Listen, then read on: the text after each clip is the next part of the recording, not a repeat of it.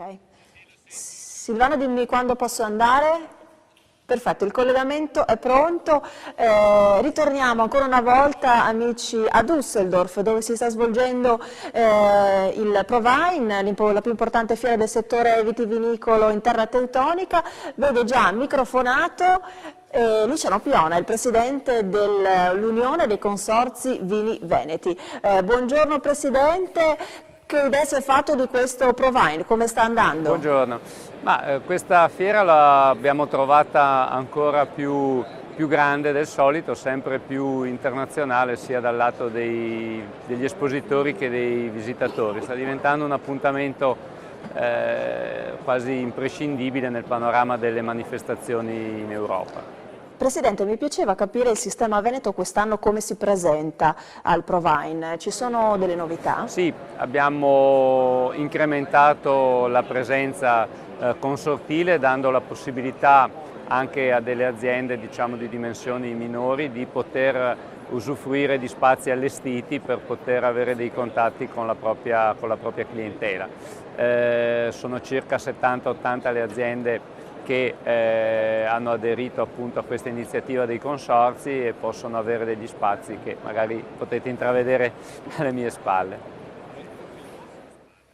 Che cosa rappresenta la Germania per il mondo del vino veneto? Adesso qui a memoria, sinceramente, darle delle percentuali precise mi risulta un po' difficile. Certo che è il mercato storico tradizionale, anche per un concetto di turismo che ha sempre legato la Germania al Veneto, alla nostra regione. In particolare, se poi parliamo di Verona, con il lago di Garda, la frequentazione appunto di visitatori dalla Germania è assolutamente maggioritario. Quindi la Germania è sempre stato un mercato di sbocco naturale, anche perché fino a poco tempo fa produceva una piccola quantità di vino con tipologie anche un po' tradizionali, non più gradite.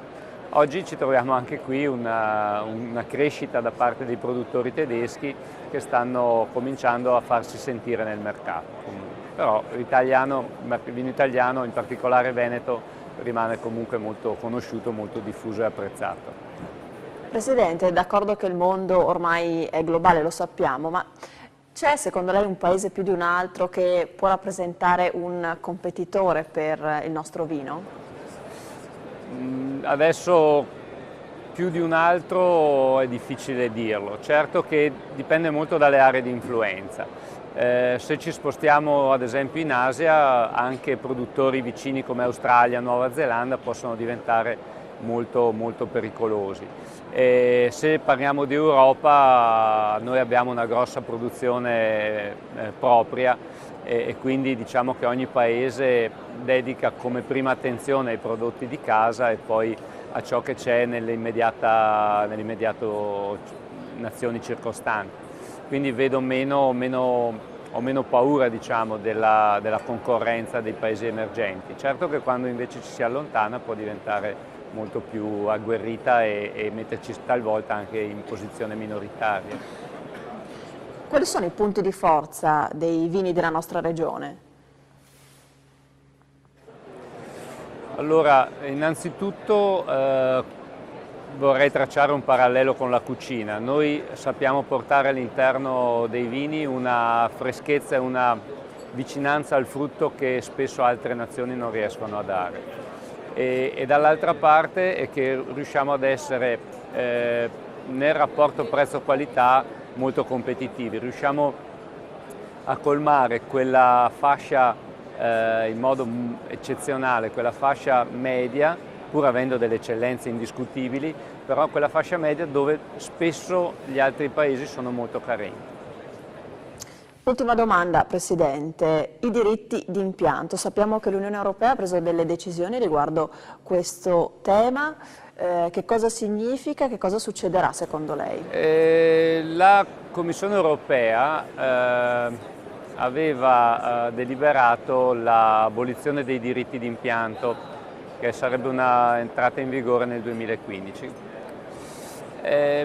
Lei capisce il rischio che poteva avere una norma di questo tipo che avrebbe facilitato in un certo qual senso le viticolture più facili, intendo quelle delle pianure, dei di territori magari non eccezionalmente vocati, che potevano diventare dei competitor nei confronti di quei vini sicuramente di maggior qualità, però coltivati magari in collina, in ambienti più tradizionali e anche più difficili.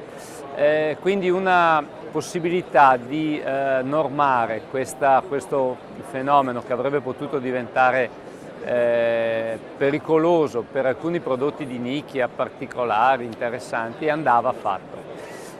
Quindi direi che la posizione che abbiamo preso, non solo noi italiani, ma anche francesi in primis e anche spagnoli, ha voluto porre un po' in discussione questo atteggiamento. Penso che l'indirizzo sarà quello di andare comunque verso una norma che non liberalizzerà completamente i vigneti, ma che terrà comunque conto delle esigenze di crescita di ciascuna zona e darà il giusto sviluppo a ciascuno.